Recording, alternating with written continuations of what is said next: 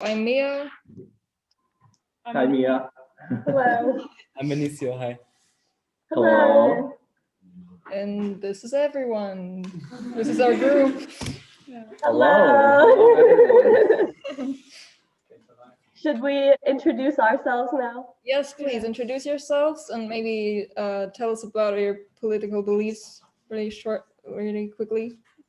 Okay, so I can start. I'm Lena. I am a student at Grand Valley State University. I'm a junior this year, How old are so you? it's my third year. I'm 21, and I'm studying psychology and applied statistics. And our political beliefs are all pretty much the same. Mm-hmm. We're much more towards the side of liberal than the conservative side. Mm-hmm. That's about all for me. Yeah. Excuse me. I'm Noah. I'm 23. I graduated from Kalamazoo College with a degree in computer science last year. And yeah, Elena said our political beliefs. We kind of all really don't like Donald Trump like a lot. That's basically where we Very stand. much so. And then I'm Emma. I'm 18. It's my first year in university, and I'm a student at Grand Valley State University, just like her. And then, yeah, our political beliefs, like they said, very progressive and liberal. Mm-hmm. Okay. So I'll just start with the first question. So what were the biggest changes since the last election and how did it affect your everyday life? And was it more positive or negative? Can I start? Yeah, go for it. What I remember very strongly from the last election was that after the outcome, after Donald Trump was elected, we went to school. And usually we would be excited about a new president, but this time it was very different. A lot of our teachers were asking if everyone was okay and if people were doing well, if things were if everyone was mentally stable. And it was probably like going to school that day was like someone had died. Like we were all like grieving. A teacher was crying. We were like grieving. We were all sitting there in silence, just like not saying anything, just like really. And we are we it might be a little different because we're from Ann Arbor, Michigan, which is a very liberal community.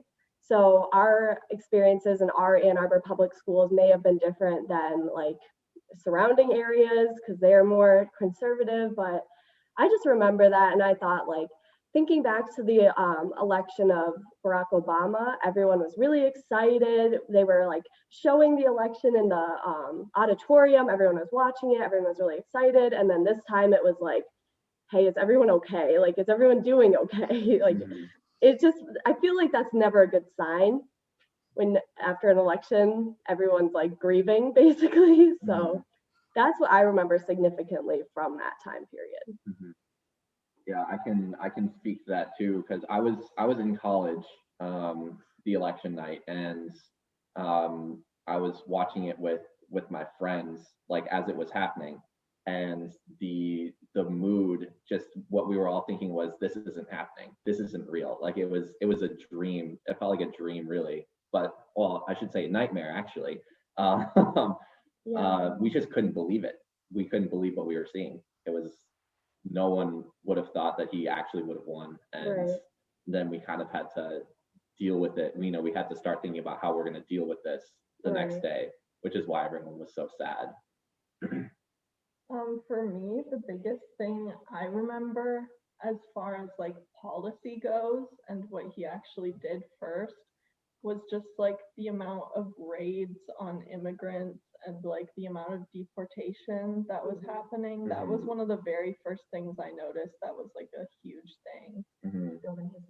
Border control and all of that. He like was very on that, like as one of the first things.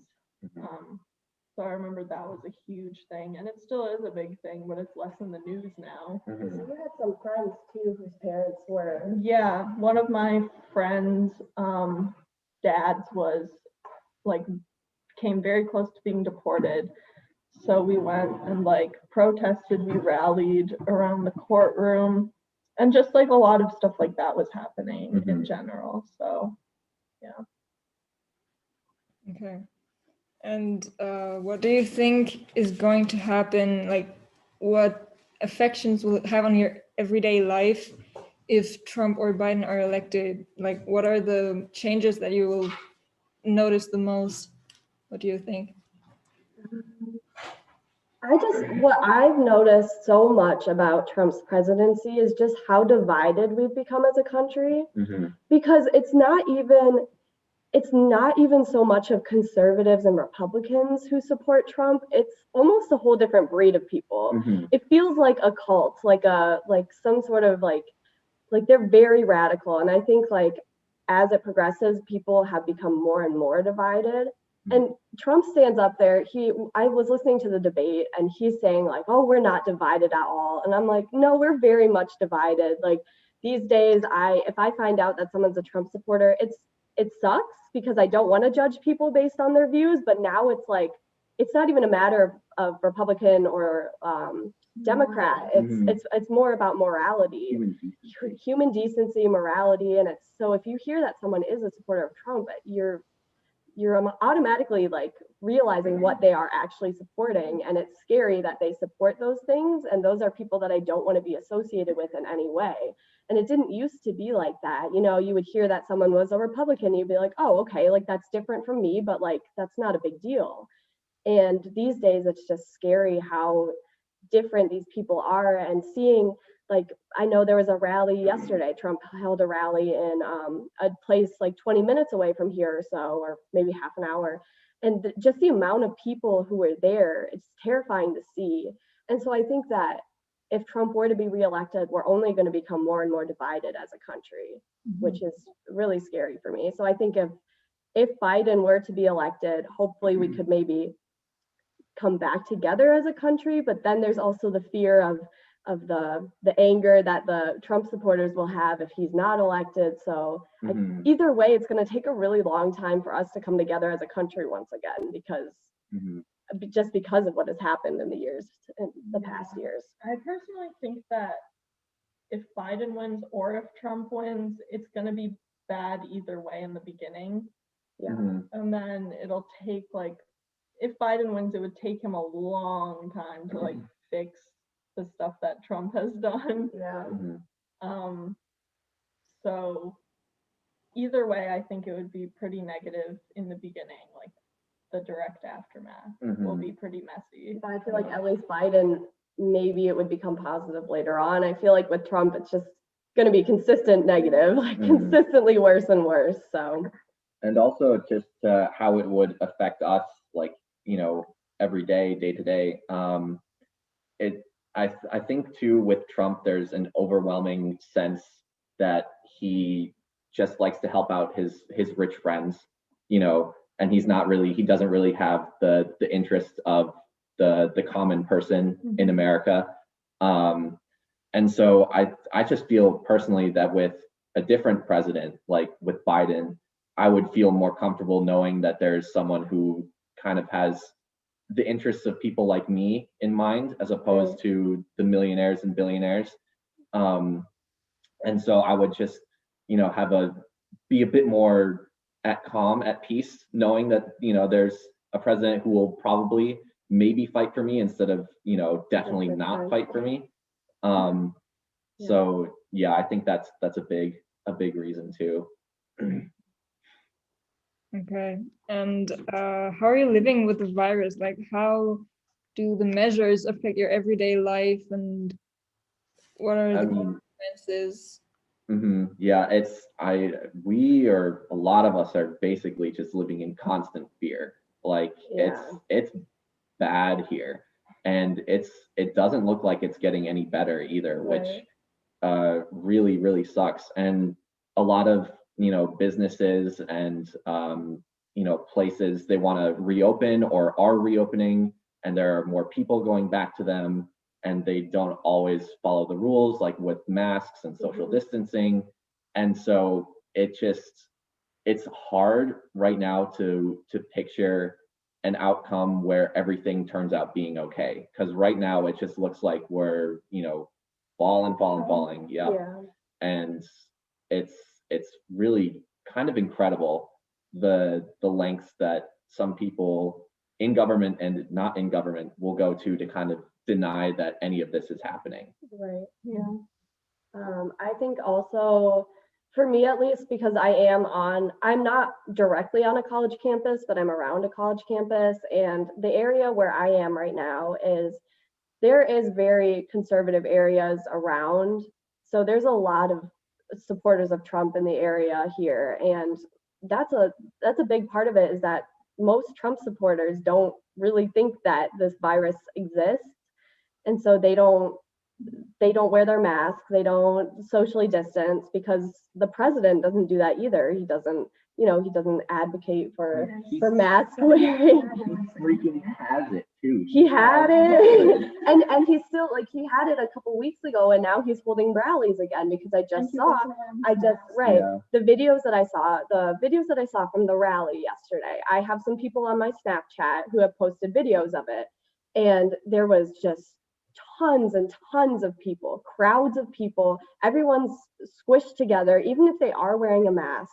The thing is that you can still get the virus if you're close to the person. Mhm. There's so many people there. I did not see many people wearing masks at all. And then President Trump comes out, and he's having these rallies, and it was in his debate the other day, he was saying that he was not denying that he was holding these rallies, and people were trying to say, like, shouldn't you be doing more to protect the people? And he was like, I don't know. He was like, well, I can do what I want, basically. Mhm. So he's having these rallies when he really shouldn't be, because all these people are gathering, and it just doesn't look like it's going to get any better if he's our president again. Mhm.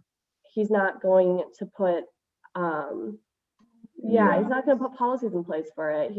It's just going to get worse. And around here on a college campus, a lot of people don't wear their masks either. I see parties all the time. I personally do not go to any of those because I'm worried about it, but I see so many people who do, and it's like, wow, I'm just, like, concerned for my own health and safety Mhm. here all the time. So And I think Elena, I mean, she mentioned it without really saying it, but the virus here in the United States has become a political issue Yes. somehow. It's not an objective, yeah, wear your mask and don't die kind of thing. It's somehow you either choose to believe in it or choose not to believe in it, even though there's only, it's real. There's one right So answer. that also just doesn't help with trying to fight it, is that Right. there are people who just think it's their right to believe that it's not Exactly. real. Yeah, and I was gonna say a lot of Trump supporters are like very uneducated. They tend to be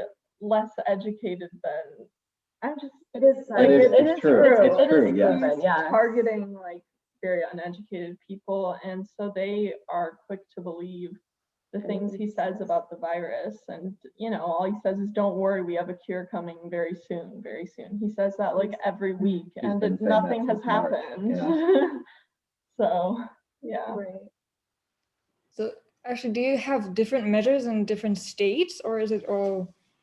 It's a lot of the anti-COVID things, the anti-COVID measures are up to the states to Mhm. decide what they want to do. When there's really no Right. federal law or federal rule about masks, about social distancing. The federal government just tells the states, okay, you decide what you think is appropriate. Right. And that also doesn't help, because there are some states Yeah. who are taking things very cautiously and doing Right. taking very good measures to prevent COVID. And there are some states that don't really care, that Right. are focused more on getting businesses Back up and reopened. running. Yeah, exactly. And despite of Right. rising case numbers and things like that. Then of course there's individual people too who Mhm. like just choose not to listen to the state's regulations. Mhm. And I mean, like, what can you really do if they're like carrying a mask on them and like just don't have it on correctly? Like, you Yeah. can't really do anything about Right. it. So There's also been problems. I know here in Michigan, we have a good governor. We have Gretchen Whitmer, and she's been really trying to do a lot for COVID. But I don't know if you guys are like have heard of this at all, but Trump is very against Gretchen Whitmer.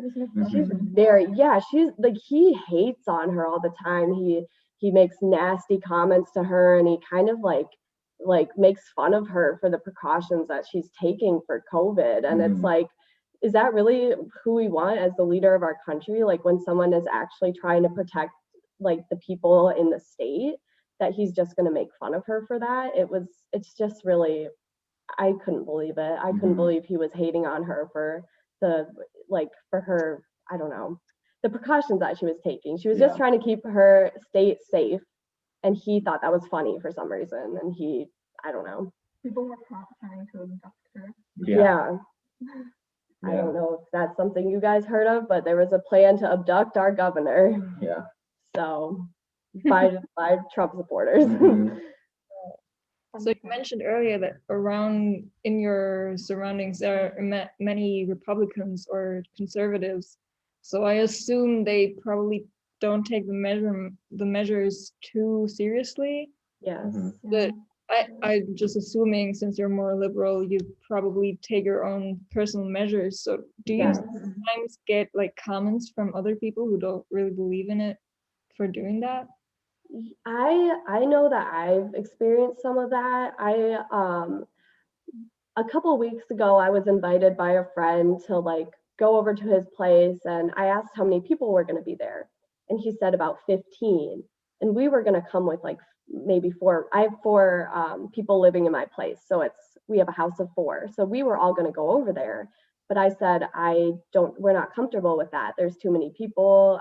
We don't want to get in trouble, first of all, but also we don't want to get the virus.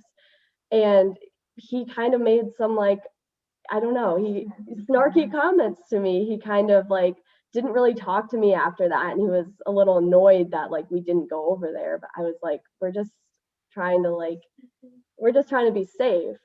That was one of the only sort of things I've experienced. I know that the people that I have as my friends, who I surround myself with, are people who have very similar views to me. So I don't have any problems really. And those are the only people that I see at the moment. I only see like my close friends, and those people are very much, they have the same views as me. So I don't get too many comments from people, just because I don't see too many people to get comments from. But I don't know about you guys.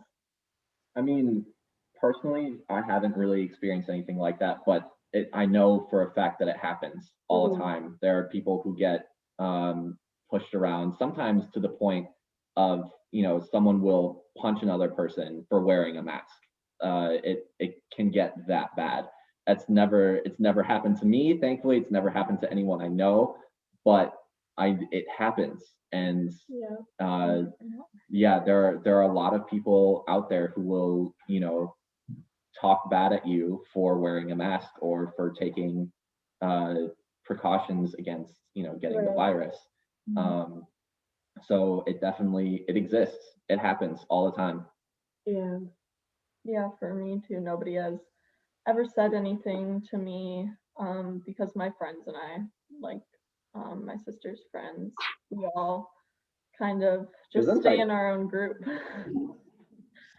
And I know that because there's a big university, there's U of M, University of Michigan, right in Ann Arbor, and I'm living at home, so I know that there's like a lot of students there who are like still having parties and stuff. And one of my friends is a student at the university, and she's told me things about like just people making comments about them wearing masks at parties, and it's like, oh, why are you wearing your mask? Like, you're killing the mood of the party. And it's like just trying to not get the virus. But yeah. All right. So what do you think about your election system in the US? And also, what do you think about postal voting, since Trump is still trying that voting is a weak point and it's not going to work? And well, can I start? Well, so I am of the opinion that our election system is a little bit broken. because as you guys might know, we use a system called the Electoral College, where a candidate doesn't win based on the number of people who vote for them. It's the states that they win, and then they get a certain number of delegates pledged to them. And then once you get a certain amount of those delegates, then you become the president. And so what that ends up creating is problems with, like, for example, in the 2016 presidential election, Donald Trump won, but Hillary Clinton got, I think she had like 3 million more people who voted for her than for Donald Trump, but she somehow, lost the election. So that right there just kind of, to me says something's not right. There are a lot of, it takes away the point of voting. Exactly. And a lot of people in the States too now feel like their vote doesn't matter because, it doesn't, who cares if they vote for this person or the other person? If they vote or not, it won't change anything. If their state goes the other way, right, their vote didn't, obviously every vote counts, but it's not really, not so much. Exactly. Because it does make you feel like your votes don't matter. Right. Which is scary too, because a lot of people might not vote this year. And we do need everyone to vote. But some people, like in the last election too, a lot of people voted third party because they just could not decide between Hillary Clinton and Donald Trump, which I do understand because Hillary Clinton was not the greatest candidate in my opinion either. I was not a big fan of her, but I think that she would have been much better than our current president.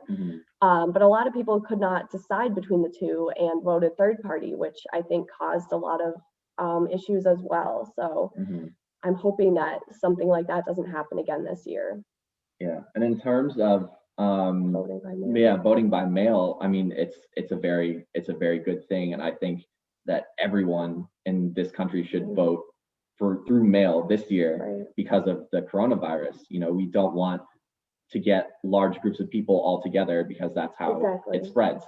And so the president, he's been very against mail voting, which is funny because he's done it for pretty much every election that he can vote in. He's voted by mail. But the fact that he's been so against it is because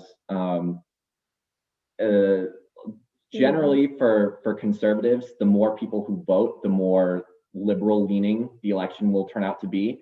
And so by him saying, oh, mail-in voting or voting by mail is bad, it's fraudulent, there'll be lots of false ballots, stuff like that, is a way to get the number of people who will vote down, because he knows the fewer people who vote, the more likely he is to win the election. Also the more people who would go in person to put their vote in, most of those people are going to be the people who don't really believe in the coronavirus and who feel safe going in person with groups of people. So most of those people are going to be his supporters.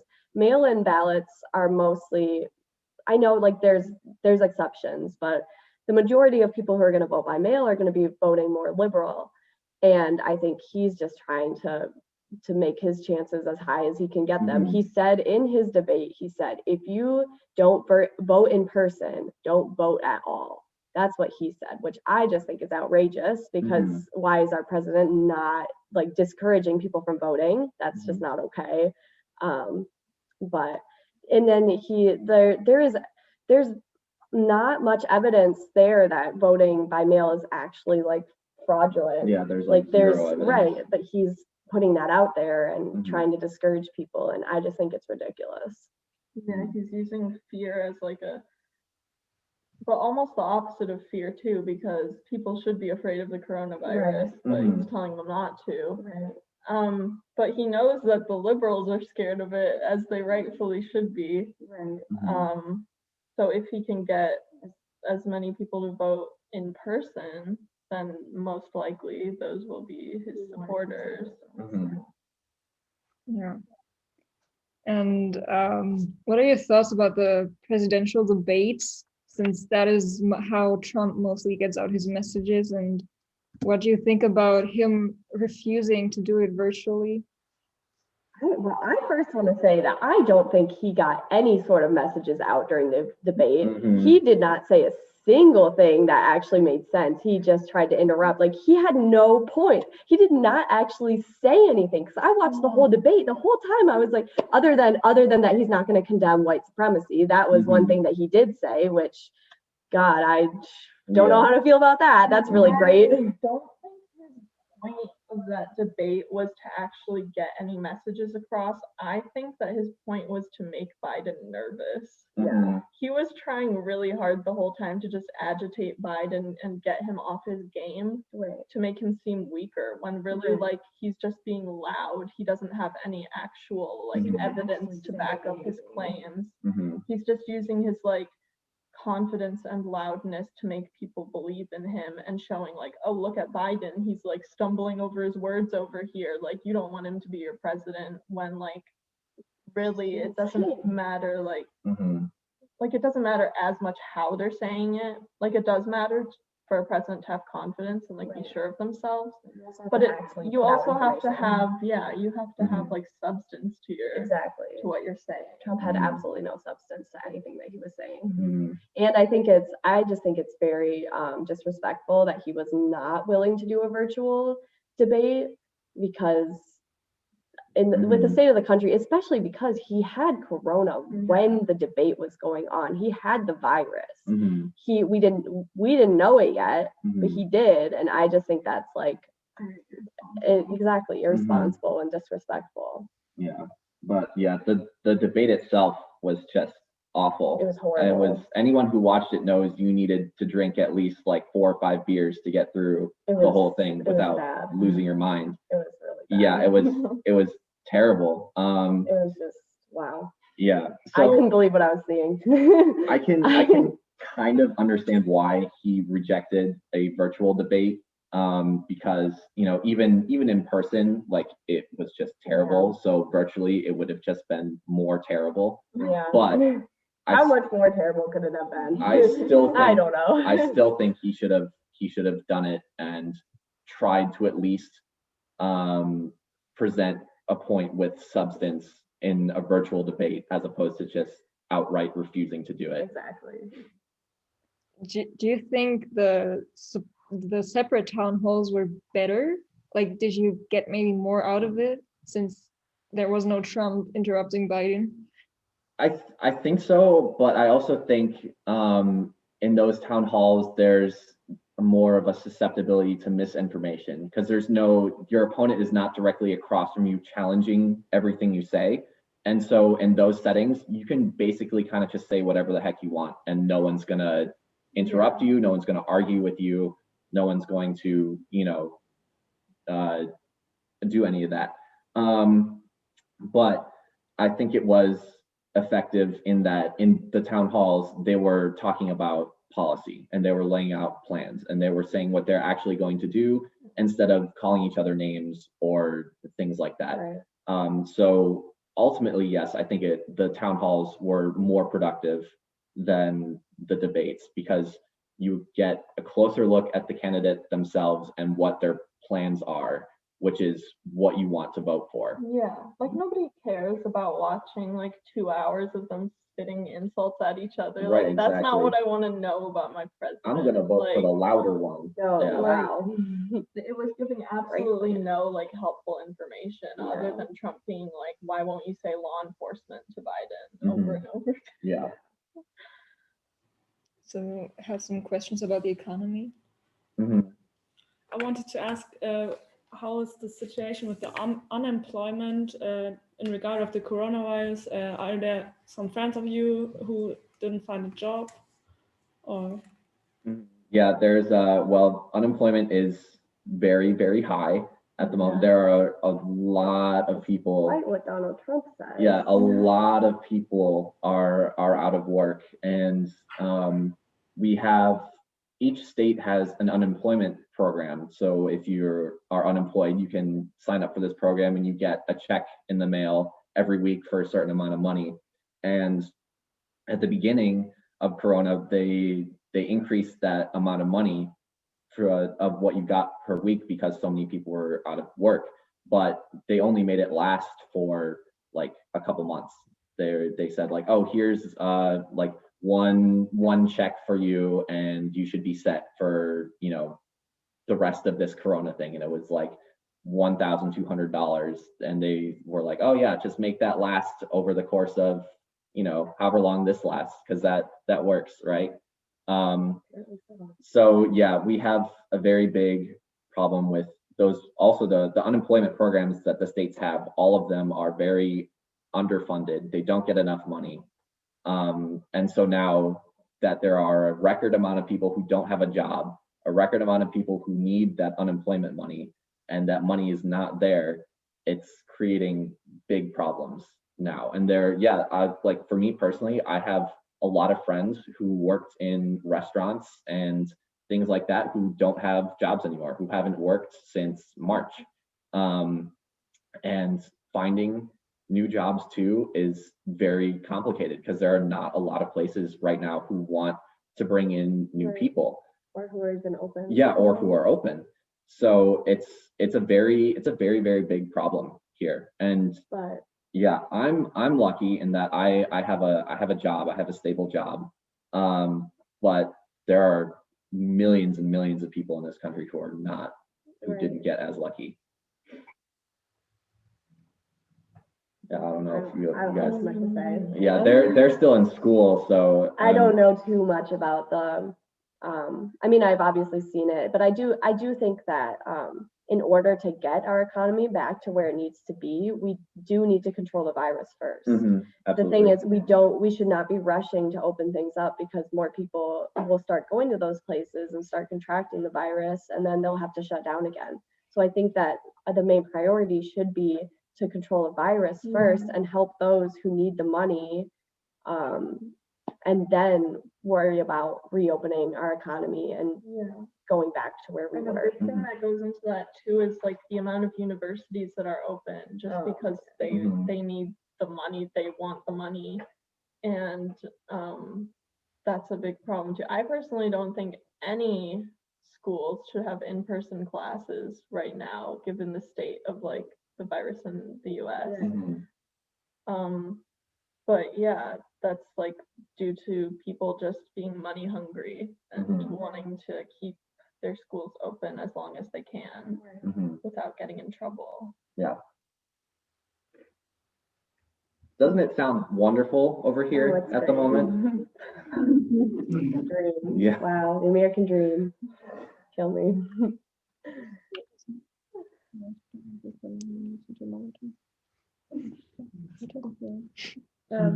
So do you have had a lockdown in the US, or and how it affected? Yeah, we had one. Again, like I said earlier, there was no federal like rule or anything, so it was up to every state to issue a lockdown or not. And we got one here in Michigan, pretty much right when the virus hit in March. And then it was initially for like 3 weeks, and then at the end of those 3 weeks, it got extended another 3 weeks, and then another 3 weeks, and then it just kept going from March until I want to say it was like May or something that it officially, like the lockdown was officially lifted. But not everything was open back up again. Right, exactly. And so, I mean, a lot of that too, like during the lockdown, it was basically up to you whether you wanted to follow it or not, because there wasn't really anyone who was enforcing it. Right. Like the governor said, okay, there's a lockdown, you can't leave your homes unless absolutely necessary. But at the same time, there was no one who was going to get you in trouble if you didn't leave, you know, or if you left your home and it wasn't absolutely necessary. And there's no realistic way to control that either. Right, exactly. So it was for me personally, I didn't leave my house unless I had to go to work or, you know, buy food or things like that. So me and my friends in Kalamazoo, we all just stayed in our houses for months, which it wasn't very fun. It sucked, but it was necessary. You know, we needed that because that slowed everything down, that slowed the spread of the virus down. So yeah, but like I said, there were a lot of people who just didn't care, who Right. went about their lives like it was completely normal. And yeah, and now there isn't any official lockdown at the moment again, and I'm not sure if there will be Yeah, I don't know. another one, but I know that we here, sorry, here at my university, we did have like what was it? It was like sort of a lockdown. It was like a stay home order. Yeah, stay in place order. We had that for a couple weeks, but there's no, like Noah said, there was no enforcement of it. My apartment complex that I'm living in here, they did like send out an email and say you're not allowed to have like more than a certain amount of people in your apartment at a time. But there was no one, like there was no enforcement of that. They would have no way of knowing unless you were too loud and like someone came and knocked on your door. But they weren't standing in front of the apartment doors saying like sending away people who weren't living there. They weren't locking the gates or anything. So they really didn't do very much about it. Like I didn't feel it. And our university said too, they said like, oh, stay in place, but you still have to come to in-person classes and like this stuff. And I was like, well, that's basically what I was doing anyway. So it wasn't really any different. mhm. The first lockdown for me was pretty sad. Just like having to stay at home the whole time, and it was my senior year in high school, so I was missing out on a lot of stuff that I was excited for. So that really sucked. But like he was saying, it was very necessary, and I could see it If you were going, actually following it, Yeah. then it was helpful. If you Yeah. weren't, then it wasn't, but there was no way to enforce that really. Mhm. Yeah, but I hardly saw any of my friends Right. during that time. So it was generally a pretty like lonely time, but Mhm. I'd say that it was worth it based off of like Well, I don't know if it is anymore. anymore, yeah, now it's been like At kind that of point, destroyed. it felt like it was going to get better, and then Mhm. everything came back again, and they opened the schools, and everyone went back to school, and it spread more, and then yeah. Mhm. Now we have some question about the Black Lives Matter movement. How do you see the movement, and do you like it or dislike it? And are you involved in some demonstration or? I would, it's a safe bet to say that we all three are we're all very much in support of Right. the Black Lives Matter movement, and we Yes. think it's a very positive movement that is sparking a very necessary social change. And I personally have quite a few friends who are directly involved with the movement in the city that I live in. There were in my city in Kalamazoo, there were a lot of protests in the summer that turned into riots, and I knew some friends who got caught up in a lot of the protesting and who had to spend like a night in jail and things like that. Um, but I think it speaks to the importance of the movement that despite the virus and despite all the stay-at-home lockdown orders, people still went out and protested because they felt that this was absolutely necessary, that this needs to happen regardless of what kind of situation that we're in. And I completely agree. Yeah. I didn't go to any of the protests myself because of the virus thing. I was very sad that the virus just happened to be now, because I was thinking, oh, if there wasn't COVID right now, I would be out there on the front lines protesting with, some of the people that I know. But yeah, I mean, it's an extremely important Right. movement, and I think it gets a lot of bad reputation just from people manipulating it. Right. And Manipulating the like rare occurrences of violence. yes, exactly, because Protesters. the vast majority of protests are peaceful, and then they only turn violent when instigated, usually by the counter protesters to the Right. Black Lives Yeah. Matter movement.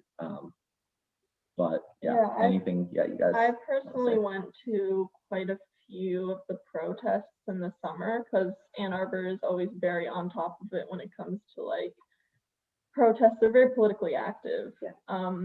So I did with my friends. I participated in multiple of those, and just to like feel like you're doing even like a little bit was like very, like, it's empowering to go to those. And yeah, so it feels like cool to be a part of that, and I obviously am in big support of it. And the issue has been ignored for so long that, like he was saying, it just like the importance of it, that you're still protesting even though the country is like this right now, because this is a problem that's been going on for like ever since this country was like founded.